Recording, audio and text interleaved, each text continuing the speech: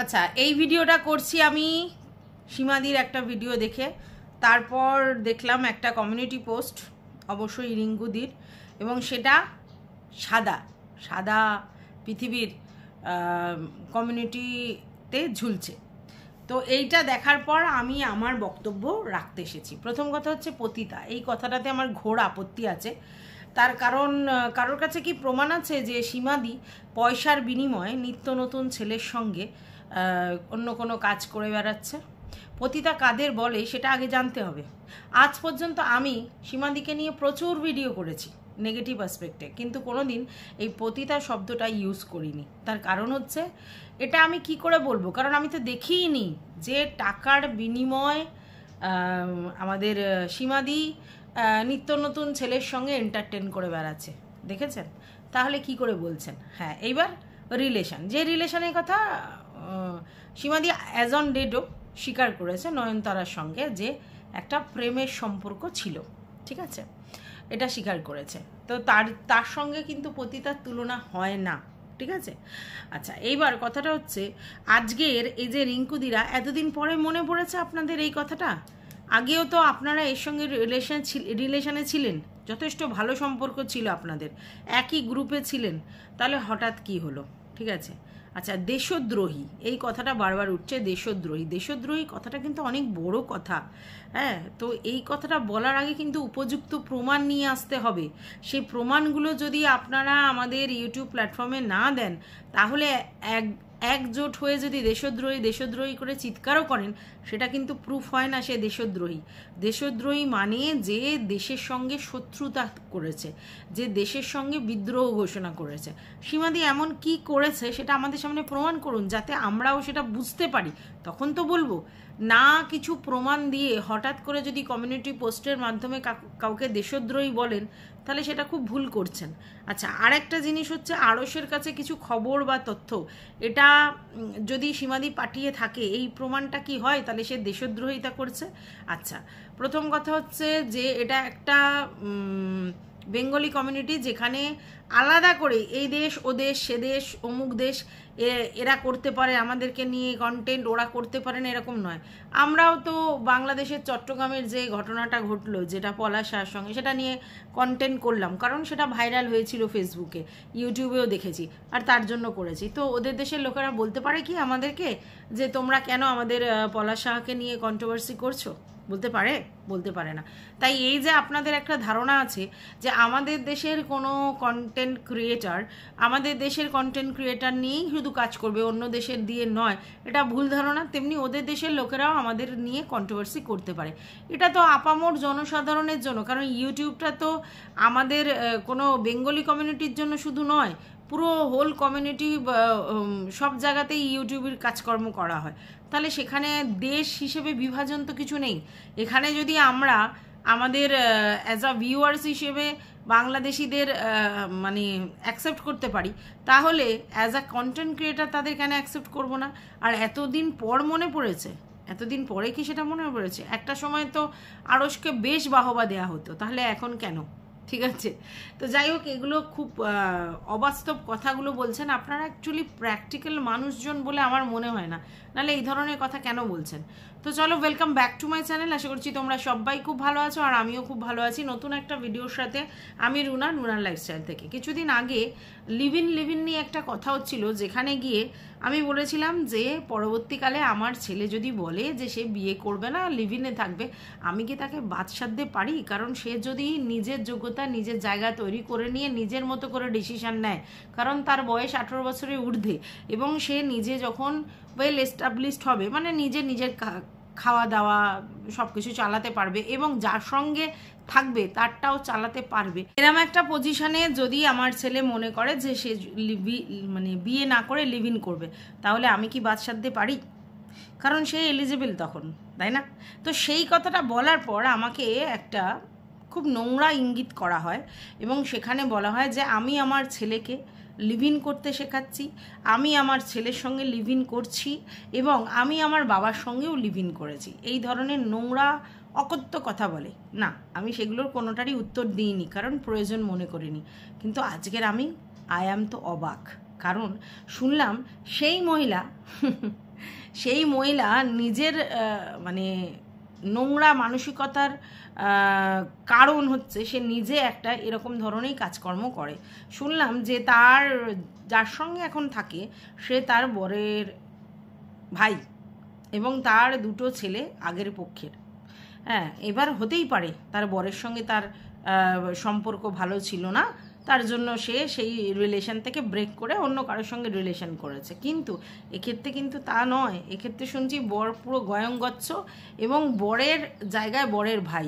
তাহলে এরকম বুঝতেই পারছো কীরকম, মানে আগেই সে অন্য কিছু করেছিল তারপরে এরকম করেছে। এটা যদিও শোনা কথা, কতটা বিশ্বাসযোগ্য আমি জানি না, কিন্তু আমি শুনলাম, কমেন্টে দেখে এলাম, তাই বলছি। তাহলে এই সব মহিলারা আবার অন্য লোকের বিচার করে? ভাই, এ কদিন ভোর আমার পিছনে লাগাতার লেগেছিল, নোংরা থেকে নোংরা আমাকে নিয়ে ভিডিও করছিল। আজকের তো পরিষ্কার যে কেন করছিল, কারণ এর মন মানসিকতা তাই, এ সেরকমই নোংরা মানসিকতার আর সেরকমই নোংরা মহিলা, তার জন্যই অন্যকে এরকম বলতে পারে। তাই তো ভাবি, না হলে এইভাবে কি করে কথা বলতে পারে? মানে আমি তো অবাক হয়ে যাচ্ছি যে এরা কি ধরনের মেন্টালিটি পজেস করে, আর এরা নিজেরা এরকম অসভ্যতামো করে বেড়াচ্ছে নিজেদের পার্সোনাল লাইফে, আর অন্য লোককে নিয়ে কন্টেন্ট করছে যে সে ছেলের সঙ্গে লিভ ইন করে, বরের সঙ্গে লিভ ইন করে। ভাবতে পারছো কি ধরনের অকথ্য কথা? না না, এদেরকে উত্তর দেওয়ার প্রয়োজন আমার মনে হয়নি সেই সময়, তাই আমি একটা ভিডিও ওদেরকে নিয়ে তখন করিনি, কিন্তু আজকে করলাম। তার কারণ হচ্ছে শুনলাম, এরকম শোনার পর আমি শুধু ভাবছি যে এরা কি, মানে এদের মন মানসিকতা কি? এরা আবার চেঁচিয়ে চেঁচিয়ে চিৎকার করে অন্য লোককে খারাপ বলে, অন্য লোক খারাপ, অন্য লোক বাজে, অন্য লোকেই। তোরা কি ভাই, তোরা কি? যাই হোক, যেটা বলছিলাম সেই ট্র্যাক থেকে চেঞ্জ হয়ে গেলাম। সেটা হচ্ছে যে এখানে দেশদ্রোহী করে চিৎকার করা হচ্ছে এবং সীমাদিকে দেশদ্রোহী বলা হচ্ছে। দেশদ্রোহী কথাটা কিন্তু একদম ছোট কথা নয়, যথেষ্ট বড় কথা। আর সেটা বলবার আগে কিন্তু উপযুক্ত প্রমাণ দিতে হবে, না হলে নয়।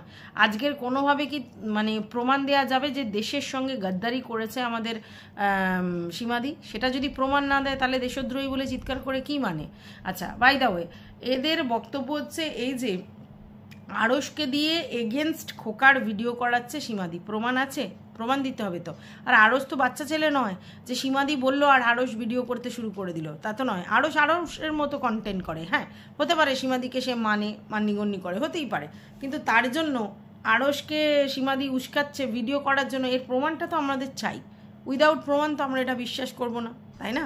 আচ্ছা, যাই হোক, ওদিকে আমাদের খোকা সেও বসে পড়েছে চিৎকার করতে যে তাকে যারা গিফট দিয়েছিল সেই গিফটগুলো ফেরত দেওয়ার কথা বলা হচ্ছে এবং কন্ট্রোভার্সি ক্রিয়েটার মানে আরও সেটা নিয়ে ভিডিও করেছে, সেই জন্য চিৎকার করতে এসেছে। বলেছে যারা ওকে গিফট দিয়েছে তারা যদি পার্সোনালি ওর সঙ্গে যোগাযোগ করে তাহলে গিফটের মূল্য সে দিয়ে দেবে, আর সেটা কাউকে জানাবে না। মানে যেহেতু একটা হাইড ব্যাপার আছে, সেটা করে সে তাদের সঙ্গে যোগাযোগ করতে বলেছে এবং সবটা দিয়ে দেবে এবং কাউকে কিছু জানাবে না। যাই হোক, এটা ওর ইগোতে লেগেছে যে গিফট দিয়ে আবার গিফট চাইতে শুরু করেছে। এটা খারাপ জিনিস, এটা দিস ইজ নট ফেয়ার। আমি মনে করি একবার গিফট যদি কেউ দিয়ে থাকে তারপর সেটা রিটার্ন চাওয়া মানে তার ছোটো লোকমি প্রমাণ হয়। আমি জানি না সে চেয়েছে কিনা, তবে আড়স বারবার করে বলেছে যেহেতু এই বাংলাদেশি ইন্ডিয়ান এই কথাগুলো উঠছে তার জন্যই কথাগুলো বলছে, কিন্তু এগুলো ঠিক নয়। ঠিক আছে, যাই হোক, আমাদের খোকা খুব রেগে গিয়ে বিশাল একটা মানে এরকম বলেছে যে ভাই আমার গিফট আমি ফেরত দিয়ে দেবো, বা আমি কারোর নামে কোনো বাজে কথা বলিনি, হ্যানা ত্যানা করে ভিডিও করেছে। অ্যাকচুয়ালি কী বলো তো, ওর প্রেস্টিজে লেগেছে যে এরকমভাবে গিফটগুলো জনসমক্ষে দেওয়ার পর এখন আমার কাছে গিফটগুলো চাইছে। দেখো ভাই, আমি তো জানতাম যে এরকম ধরনের গিফট নেওয়াটা কতটা প্রবলেমেটিক, কারণ একটা জিনিস বুঝতে পারছো না যে এগুলোতে কি হয়, ভিউয়ার্সদের কন্ট্রোলে চলে যাওয়া হয়। তো কেন ভাই এই ধরনের গিফট? হ্যাঁ, একটা ছোটোখাটো জামা কাপড় এইসব হেনাতানা নেওয়া অন্য জিনিস, আর এরকম আসবাবপত্র কে ভাই এরকম মানে আলমারি, খাট এরকম ধরনের জিনিসপত্র নিলে তো শুনতেই হবে, তাই না? তুমি এখন উল্টোপাল্টা কথা বলবে অথচ সেই গিফটগুলো নেবে আর তাদের সঙ্গেই এখন যোগাযোগ করবে না, তাহলে তারা তো এরকম ধরনের কথা বলতেও পারে। যাই হোক, আমি জানি না সেই আপু এটা বলেছে কিনা, তবে আড়স বারবার করে বলেছে বলেই আজকের খোকা এই কথাগুলো বলছে। বাই দ্য ওয়ে, সীমাদি বারবার বলছে আমি মুখ খুলবো, তোমরা আমার পাশে আছো। আরে ভাই, ভিউয়ার্সরা তো তোমার পাশে আলবাত রয়েছে, এটা তো তুমি নিশ্চয়ই বুঝতে পারো। তাহলে এই কথাটা জিজ্ঞেসে করার কি মানে যে আমি মুখ খুলবো তোমরা পাশে আছো কিনা? সবাই তো তোমাকে বহুবার বলেছে যে তুমি মুখ খোলো, তুমি মুখ বন্ধ করেছিলে, তুমি সব কিছু ঢাকা দিয়েছিলে, তুমি বারবার বলেছো না কিছু না সব ঠিক আছে অমুক তমুক, বারবার করে হিন্টস দিয়েছো, হিন্টস থেকে আবার নিজেকে ঘুরিয়ে নিয়েছো, সে যে কোনো কারণে তোমার হয়েছে মনে হয়েছে তাই ঘুরিয়ে নিয়েছো, সেটা ভালো করেছো। কিন্তু তুমি ভিউয়ার্সদেরকে বারবার জিজ্ঞেস করছো কেন যে তারা তোমার পাশে থাকবে কিনা? তারা তো তোমার পাশে আছে, যারা তোমার রিয়েল ভিউয়ার্স তারা তোমার পাশে আছে, তুমি যেটাই বলবে সেটাতেই রাজি, ঠিক আছে?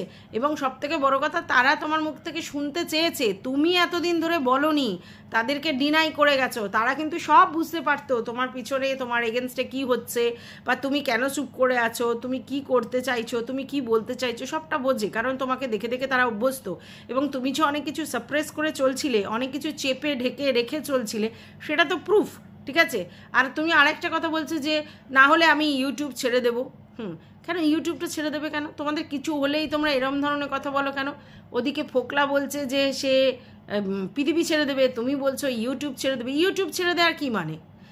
চোরের উপর রাগ করে কেউ মাটিতে ভাত খায় না সীমাদি, এটা বোকা বোকা কথা বলো না যে আমি ইউটিউব ছেড়ে দেবো। হ্যাঁ, ইউটিউব তুমি ছেড়ে দিতে পারো, তোমার যদি আর প্রয়োজন না হয়, তুমি যদি মনে করো আমার আর ইউটিউব করার প্রয়োজন নেই, সেটা তুমি করতেই পারো আলবাত। কিন্তু তোমাকে কে কি বললো, কে কি করলো, তার জন্য তুমি কেন ইউটিউবটা ছেড়ে দেবে? আর ইউটিউব ছেড়ে দিলেই কি সব সলিউশন? তার মানে তো হেরে গেলে। কেন? তোমার এখান থেকে আর্নিং করার একটা সোর্স আছে, এবং যদি তোমার ফ্যামিলির লোক যদি সেটাতে সাপোর্ট করে এবং তুমি যদি করতে পারো কাজটা, তাহলে কেন তুমি ইউটিউব ছেড়ে দেবে? রইল বাকি জেল, থানা, পুলিশ, কোর্ট কাচারি। হ্যাঁ, যদি তুমি কোনো কিছু ভুলভাল করে থাকো তাহলে কোর্ট কাচারি, থানা, পুলিশ তো হবেই, ঠিক আছে? আবারও বলেছি, কারোর গ্রিপে যদি চলে যাও না, খুব মুশকিল। এটা বুঝতে হবে যে ঠিক কতটা মেশার দরকার, ঠিক কতটা করার দরকার। অতিরিক্ত যদি লটঘট করো তাহলে এই জিনিসটাই হওয়ার কথা সবার সাথে। অতিরিক্ত কোনো জিনিসই ভালো না। আমি তোমাদেরকে বারবার বলি, চাণক্য বলে যে যে কোনো জিনিস অতিরিক্ত হলেই সেটা বিষ হয়ে যায়। তা তুমি অনেক অতিরিক্ত করেছো, আজকে তুমি বলছো। হ্যাঁ, এবার এটাই তো ঠিক যে তোমাকে প্রথমে কোনো কাজে লেলিয়ে দেওয়া হবে, আর তারপরে তোমাকে আমি বাঁচিয়েছি, আমি তোমার মানে কি বলবো জীবনদাতা, এটা বলে বলে লোকে সারা জীবন আনওয়ান্টেড ফায়দা নেওয়ার চেষ্টা করে। এটা মার্কেটের মানে আমাদের নর্মাল জীবনেও কিন্তু বহুবার বহু জিনিসে এরকম হয়, তাই না? তো ব্যাপারটা হচ্ছে সিম্পলি হুঁ করে মাথা নেড়ে নিতে হয়, আর না হলে ব্যাপারটা থেকে পাস আউট করে যেতে হয়। ওই ব্যাপারগুলোতে কখনো গায়ে মাখতে নেই। এখন তো তুমি নিশ্চয়ই বুঝে গেছো যে কোথা থেকে কি হয়েছে, কেন হয়েছে, কতটা হয়েছে। আর তুমি কেন, তোমার যারা ভিউয়ার্স আছে তারাও সবটা বোঝে যে তুমি ঠিক কোনটা ঢাকা দিতে চেয়েছো, কি ঢাকাতে দিতে চেয়েছো, কাকে ঢাকা দিতে চেয়েছো। আলটিমেটলি তুমি যেগুলো বলছো সেগুলো পেটে মুখে কথা, পুরো কথাটা তুমি পরিষ্কার ক্লিয়ার বলছো না। আজকের ডেটে গিয়ে বলছো বলবো সব বলবো। আর এটা তো আমরা জানি, তুমি যে রাত্রিবেলা একদিন ওই রাত বিরেতে ঝাঁটা নিয়ে একজনকে মানে কি বলবো ভিডিও করে বাজে কথা বলেছিলে, সেটা তোমার কথা না, সেটা তোমাকে দিয়ে কেউ না কেউ করে দিয়েছিল। কারণ তোমরা তখন একটা গ্রুপে ছিলে এবং গ্রুপের লোকজন সবাইকেই ইনস্ট্রাকশন দেওয়া হতো এগেনস্ট সেই সোশ্যাল ওয়ার্কারকে তোমাদের এরকম ধরনের ভিডিও করতে হবে। তাই তোমরা রেগুলার বেসিস ওই কজন ছিলে মিলে ওনাকে আক্রমণ করতে।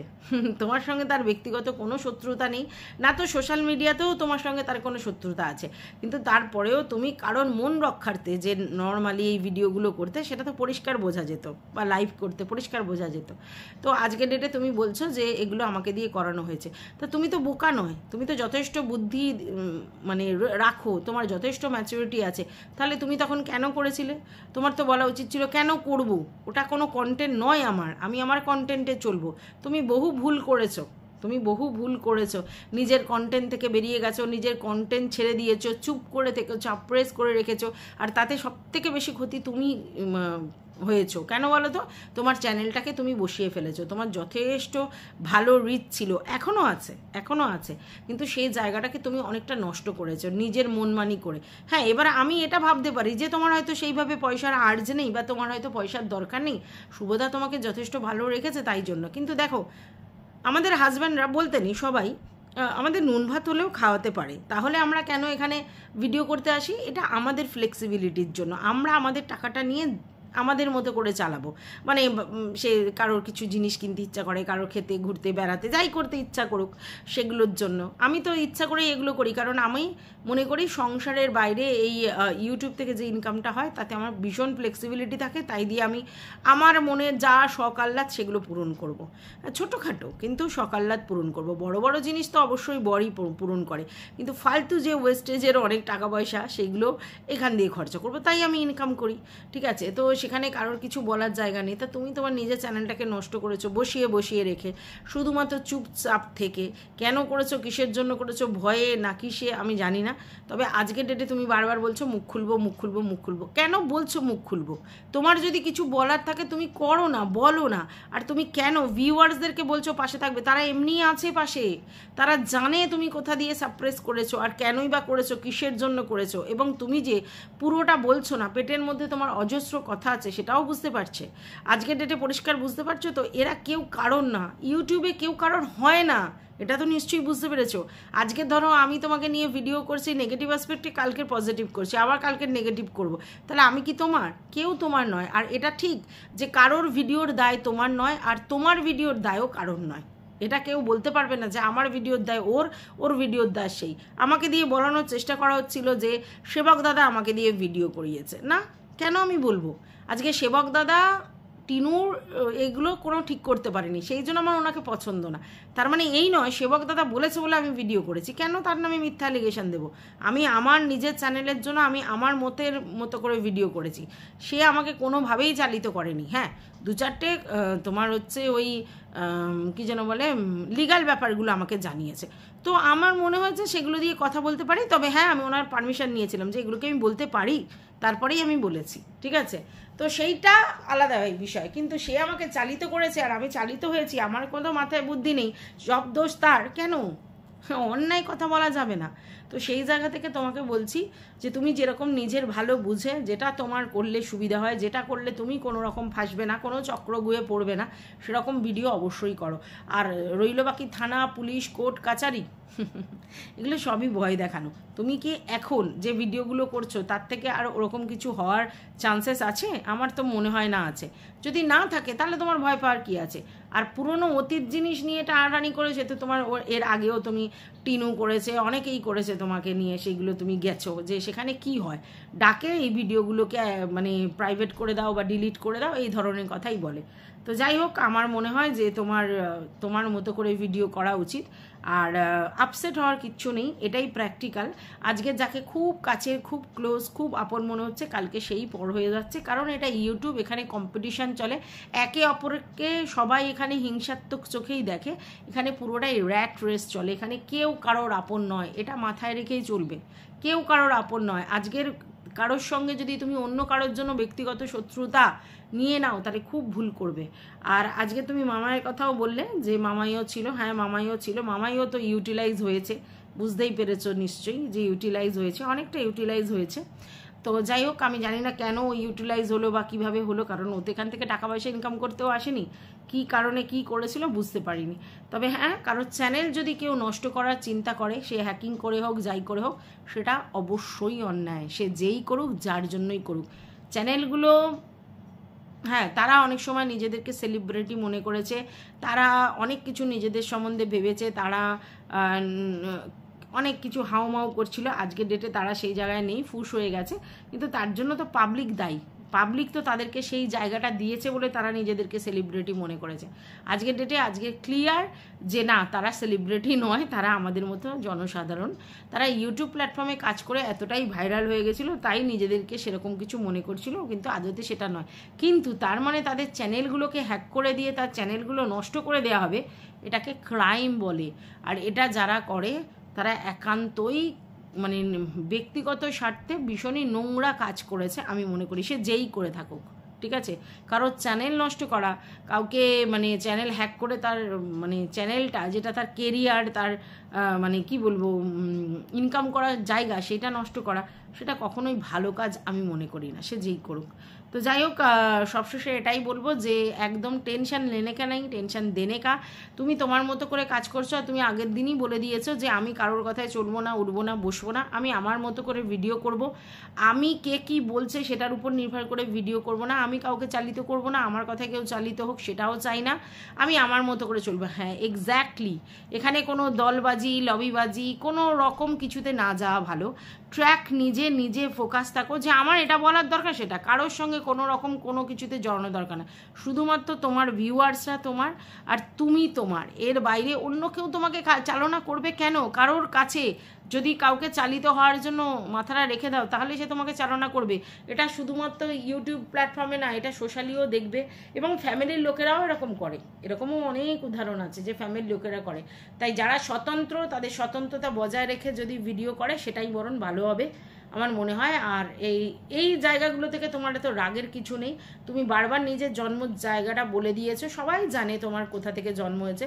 জন্ম হোক যথাযথ, কর্ম হোক ভালো, এটাই কিন্তু মানুষ বলে। যাই তোমার কর্ম যদি তুমি ভালো করতে পারো আগামী দিনে, তাহলে তোমার জন্মটা কোনো ম্যাটার নয়। অনেক মানুষ আছে খুব বড় বংশে জন্মগ্রহণ করে তারা নোংরা নোংরা কাজ করে, ক্রাইম করে বেরিয়েছে। আবার অনেক এরকম আছে যে পাকে পদ্ম ফুল, বাজে জায়গায় জন্মে সেই জায়গা থেকে নিজেকে অ্যাচিভ করে, সার্ভাইভ করে নিজেকে আজকে সমাজে প্রতিষ্ঠিত করেছে। তাই জন্মটা ফ্যাক্ট নয়, কর্মটা ফ্যাক্ট।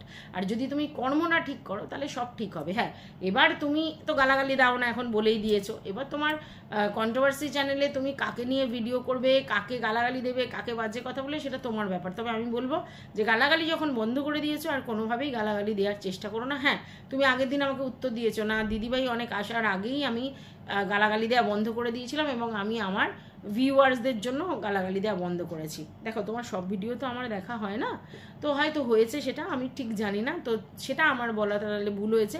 আমি ভেবেছিলাম হয়তো দিদিভাইয়ের জন্যই তোমার গালাগালিটা বন্ধ হয়েছে। তবে তোমার ভিউয়ার্সদের জন্য যদি তুমি গালাগালি বন্ধ করে দাও, তাহলে খুব ভালো কাজ করেছো। কারণ তোমার ভিউয়ার্সরা একটা সময় ভালোবাসতো তুমি দিতে, আবার তোমার ভিউয়ার্সরাই যখন চায় না তুমি দাও না, এটা তো গুড সাইন।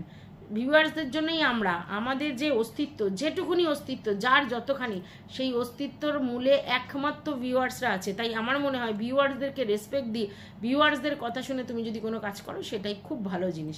তো এইটুকুই বলার ছিল এই ভিডিওটাতে। তোমাদের যদি কিছু বলার থাকে অবশ্যই কমেন্ট বক্সে জানিও। ভালো লাগলে ভিডিওটা লাইক করে পাশে দেখো, সাবস্ক্রাইব করে অল নোটিফিকেশন অন করে বেল বাটনটা অতি অবশ্যই বাজিয়ে দিও।